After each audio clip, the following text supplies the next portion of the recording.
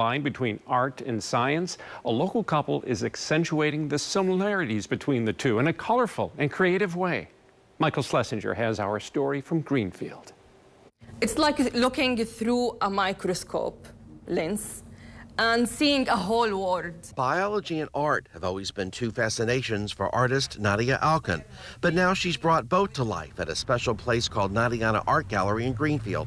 Everything is connected, and it's a layer in our life that we might forget to think about it. Biology and cells and layers, connections and different colors. Nadia runs the business with her husband, Dr. Ahmed Obeidat.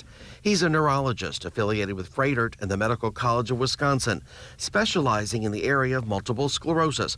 This debilitating disease, also known as MS, occurs when the immune system eats away at the protective covering of nerves.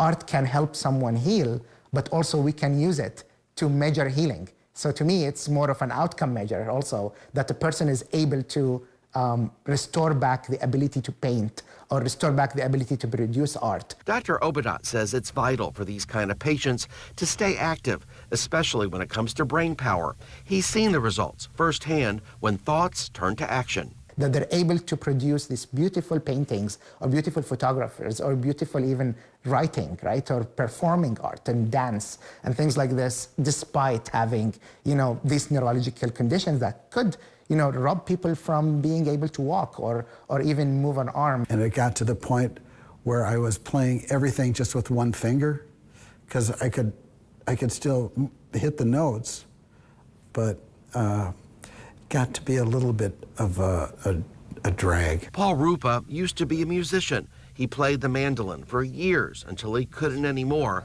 because of MS. But now he's showing off some of his graphic design work he's made through the help of a computer. It's on display in the gallery. Letting me get out of the stress that I felt. I was productive. Being productive helped. And with the MS, leaving the music would have been a lot harder if I didn't have other ways to express myself. And I think this is really a big part of what I like to do, is to listen to their story. I want to understand what they think about their disease and even why their disease developed.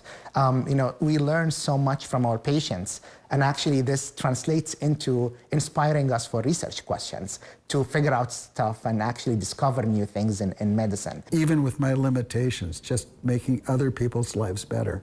My students, I also teach and create art, sharing what I've got while I've got a chance to do it, as long as I can. A lot of what's seen here is Nadia's artwork and Ahmed's photography. We support each other, which is very important, actually, to find something beyond kids, home, work, something to talk about and kind of be excited to do. The good doctor goes on to say the work his wife creates does more than complete him. Many times, it brings a realism on canvas. That painting is actually looking at those symptoms that people are experiencing, but we as clinicians cannot see. For example, fatigue, cognitive difficulties, that they're having difficulty in maybe processing speed or memory, and then maybe pain, spasms, things like that we cannot obviously see. Nadia makes it a point, however, to let the public know she wants to share this space with all kinds of artists, not just ones impacted by some kind of sickness or condition.